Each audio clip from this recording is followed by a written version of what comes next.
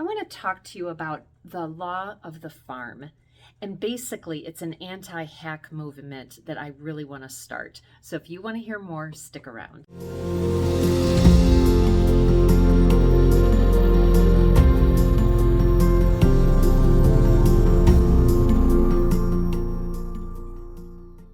Here with BU to be Full Hypnosis and Coaching. Thank you so much for being here.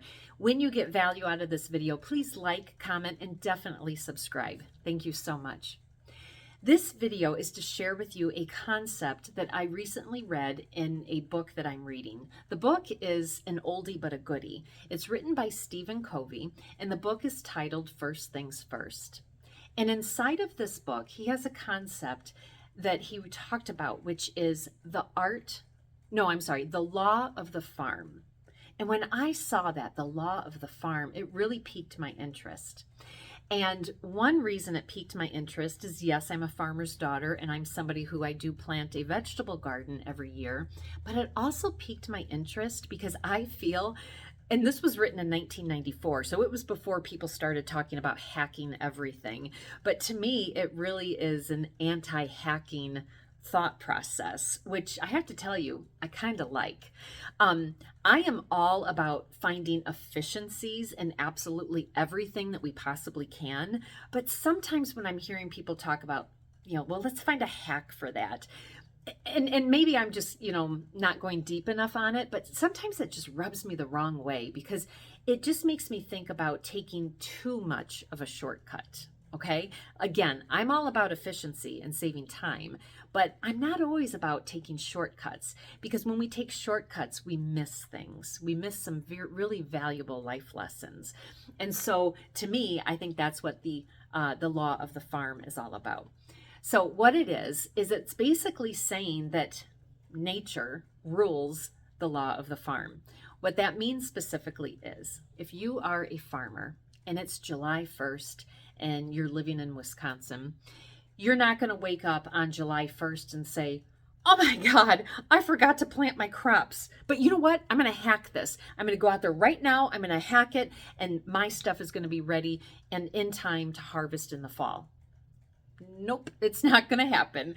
It's just not going to. There is a reason why there is a planting season, there's a growing season, and then there's a harvesting season, because it's just the law of nature, the law of the farm. There are certain things that you just can't hack, and that's okay. And so, like I said, when I read this, I just really fell in love with it. And so I challenge you to think about what are things in your life that you just simply can't hack, and that's okay. But they are areas where you can start to plan ahead and project and think further into the future. If you take that farmer is going to, after they harvested the crop from last year, sometimes they're going to go out there and they might till up that soil, kind of clean up that soil.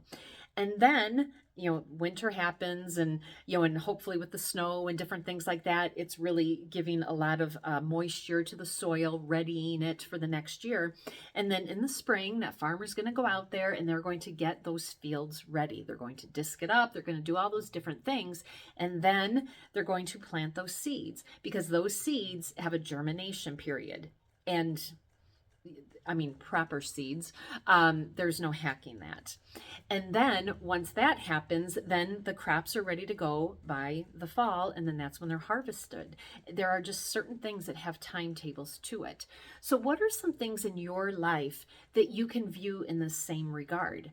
It's just the timetable that I have, and that's okay.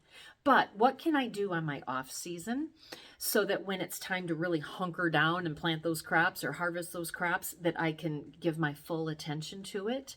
How can you plan your days so that then while those crops are growing and you don't have to do anything in those fields, what can you be doing while those crops are growing?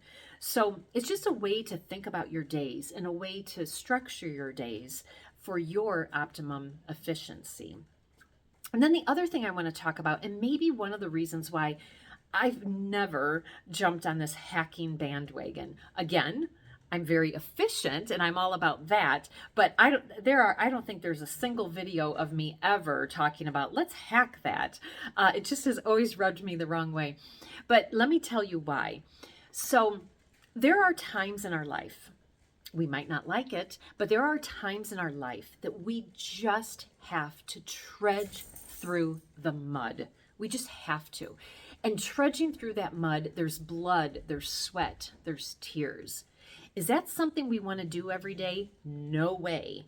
But those times that we do that, it's probably the one and only time in our life that we really have to do that, because we learned so much through trudging through the mud and the blood, the sweat, and the tears. And when you hack something, you don't have blood, sweat, and tears. So therefore, you're not learning things as well as what you are when you actually yourself have to go through that. Think about those times in your life that you've trudged through something, trudged through something. And think about, I mean, yeah, it's nothing that you want to repeat, but one, look at the resiliency and the strength that you built up. You're a whole different person when you come out the other side. Two, look at every single thing that you learned from that. I guarantee you those learnings that you had from that moment, you're still applying to your life to this day. Third, sometimes you have a really good story with it.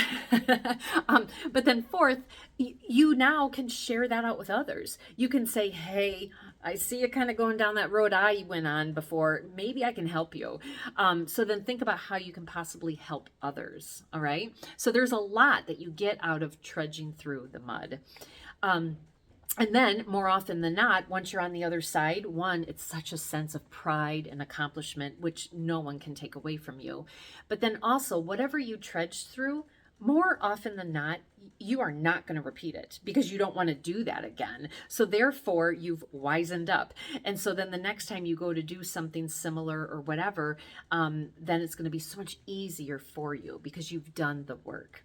Versus when you hack something. And again, when I'm saying hacking right now, because this video is not going to resonate with everyone, and that's fine. But those that it is resonating with, I'm hoping it's hitting deeply. But anyways, versus those people that are hacking something for a shortcut and nothing else, not even about the efficiencies, it's about the shortcut. Those people that are all about hacking something, once you got there, you probably don't have as much of a sense of pride and accomplishment because it was easy street. Since it was so easy, what did you really, really learn? And then after that, what skills did you really create in that time frame? And I'm going to venture to guess that it probably wasn't as much as what you would have when you had to trudge through the dirt. So that's one reason too why I want to talk about hacking a little bit and how I'm anti-hacking. And then when I learned this, the law of the farm, I just really, really fell in love with it. So, all right, I don't want this to be too terribly long, but I just wanted to come out here and share that. And I hope that resonated with those that it was supposed to resonate with.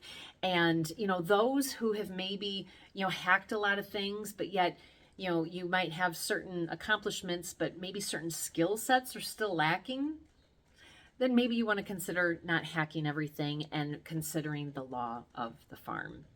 All right, I hope that was helpful. Thank you so much. And please add comments to this. I think this is a video that really could have some comments to it.